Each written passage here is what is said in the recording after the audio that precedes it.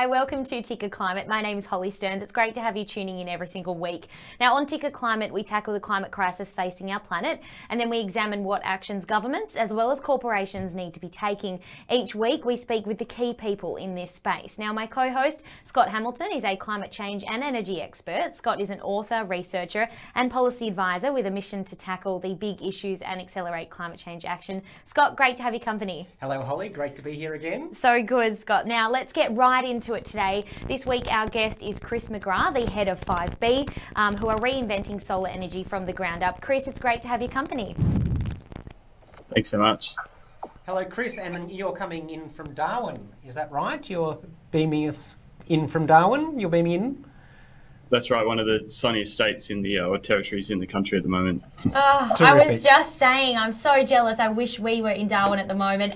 Chris, it's so great to have your company. Let's kickstart things by if you can tell us a little bit about your career and a little bit about your background.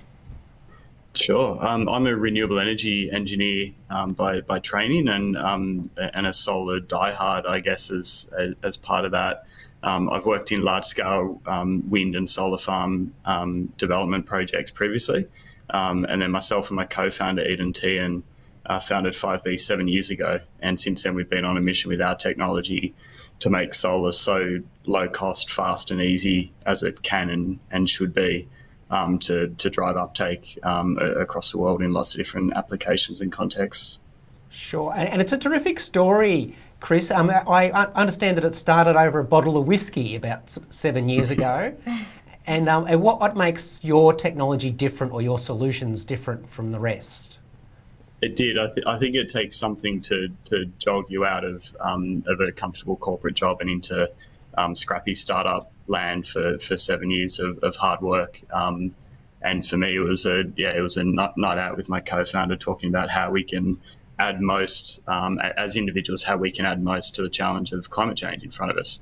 And for us, we're technologists and inventors and engineers, and we saw our mission as making the tech so easy, so low cost, so fast to dissolve all of the barriers or the thresholds around what was holding back the rollout of solar. And that's what we've done with our technology Maverick, is transform the supply and the delivery chain of building solar farms to make them so much easier and faster and lower cost to build. Yeah, it's so cool, isn't it? And I love how it's all began. That's so great. Talk to us a little bit about your business model and how it became Top Gun cool. I want to hear all about Maverick. I mean, this was back in the days before we had any kind of marketing expertise in the business, and we needed to come up with a name, and we consider ourselves to be mavericks of the industry, and the name kind of stuck. I think there is also kind of like a nice overlay with the speed and the efficiency at which we roll out projects, and we do play the theme song Danger Zone as part of our pre-morning starts on our deployment sites. I love that, Chris. And I hear that you've got Goose has got a role too. Could you tell us about the role of Goose? Yeah, Goose is our telehandler, which is the name for the forklift-like construction machine you'll see in the photos or the videos. So Goose is a hard-working member of the team. There's going to be a whole lot more joining shortly, so we'll need to come up with a whole sequence of names. We're really excited about Top 2 coming out at some stage, I think this year or next year as well.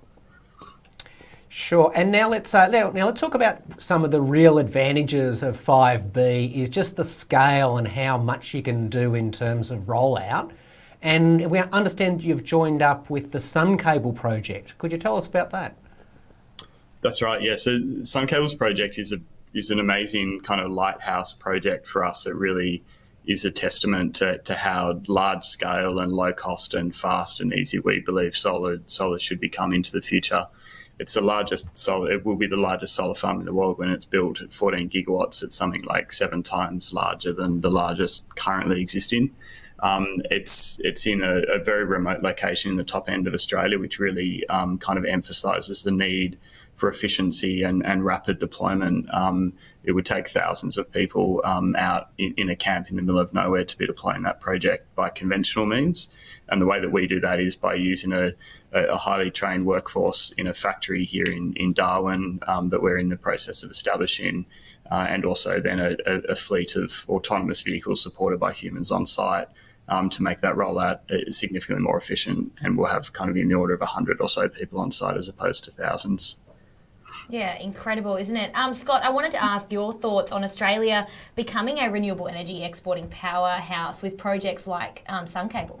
Sure, Holly. Well, it's really quite amazing with the cost of solar that's just dropped an order of magnitude over the past 10 years, which has sort of enabled the projects like Sun Cable to come about. And the real big advantage that we've got here in Australia is that cost of solar is going to keep going down, and that's going to give us an advantage over many other countries, especially lots of the Southeast Asian areas, whereby probably the cost of labour is going to go up there, but here it's going to, and so that's going to increase their costs. But one of our key advantages is the continuing cost of solar. And then plus the port locations of Darwin, it just is a no-brainer to be doing these sorts of projects in my mind. Yeah, incredible. And also, Chris, what are the next steps? I would guess the next big moves for 5B. Simpler, faster and smarter continuously. We're continuing on a mission to make our tech better and better. And what we have at the moment is a second generation of our technology that demonstrates how we can do that. And what we need to be deploying these massive scale projects is generation 3 and generation 4. So which very much exists today at prototyping phase for us. And we're in the process of developing those out further, developing the advanced manufacturing environment to be producing them at lower cost in high labour cost markets like Australia so that we can do local content orientated supply chains. And then we're also driving a whole stream, I guess, of expansion internationally. So we've recently just launched into Chile, US and India as our three market entrants for 2021. And driving a whole lot of growth through those markets for us to be kind of building our platform. We have a really strong focus on what we describe as an ecosystem business model. So for us, building projects means working with partners and enabling those partners with our technology. So it also involves building and enabling and facilitating partners in all of these new markets, whether that's in supply chain or delivery chain or value chain. And that's what allows us to scale really quickly and relatively lightly into gigawatt scale solar so quickly.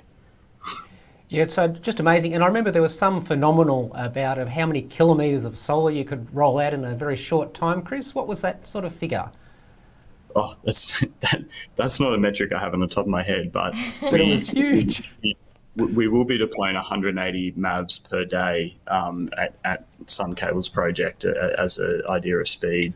And that's in the order of kind of 1 per 5 minutes or something like that. So it really, the time on site and how quickly we can deploy these things really starts to become trivial once we're at that kind of speed. And then our focus will actually start to shift on all the other things. So one of the things we're really focused on is getting from a rapidly deployed solar array all the way through to a plug and play solar farm that actually brings that same speed and efficiency and quality kind of more downstream into the rest of the solar farm, so that you can literally buy solar farms online and have them delivered within a week through a really streamlined, standardized process. Yeah, incredible, isn't it? I mean, Chris, right now we're seeing, disastrous fires wreak havoc right across the world. The US, obviously, California, most recently in Turkey as well. Some devastating scenes there. Some of the challenges that local towns and communities in remote locations face is this risk of bushfires and storms and that ending in extended blackouts. What are some of the solutions for these towns and communities and businesses? Solar batteries is the short answer. We're involved in a project at the start of last year in the 2019-2020 bushfire season in Australia called Resilient Energy, and it was targeted at exactly this. It was done in collaboration with Tesla and Mike Cannon-Brookes, and we're rolling out projects into bushfire-affected communities to try to get power back there sooner and faster.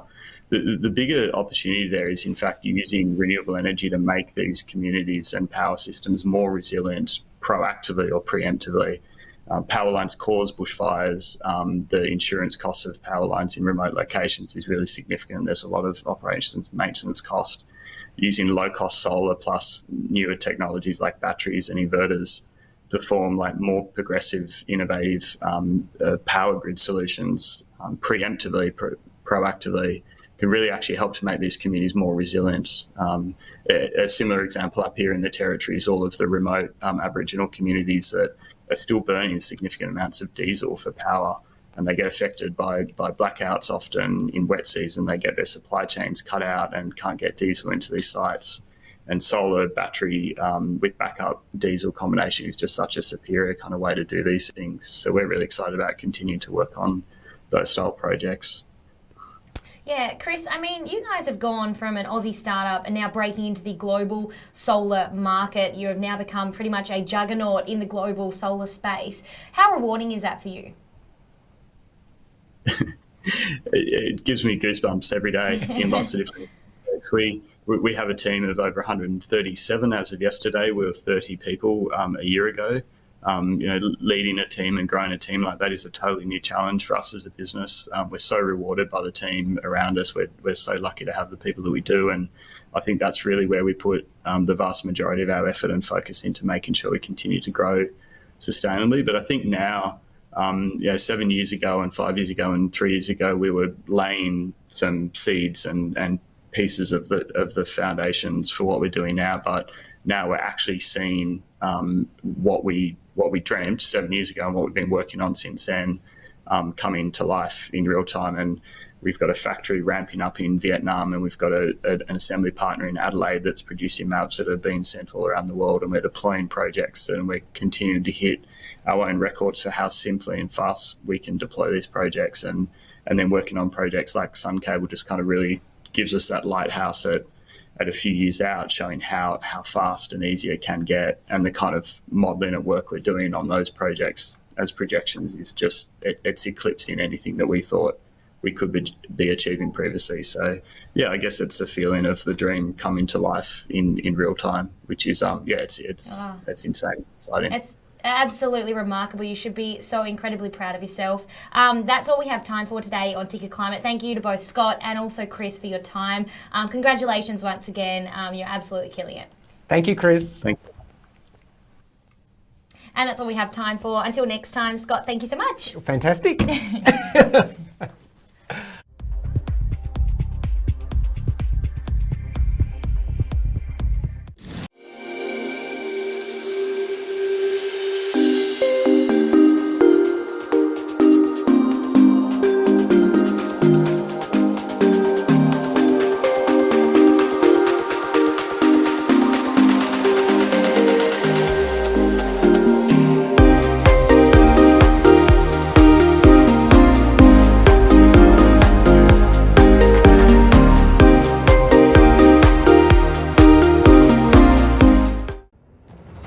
This is a new era in news. The news stream from Ticker never stops. Ticker, the 24-hour streaming news channel.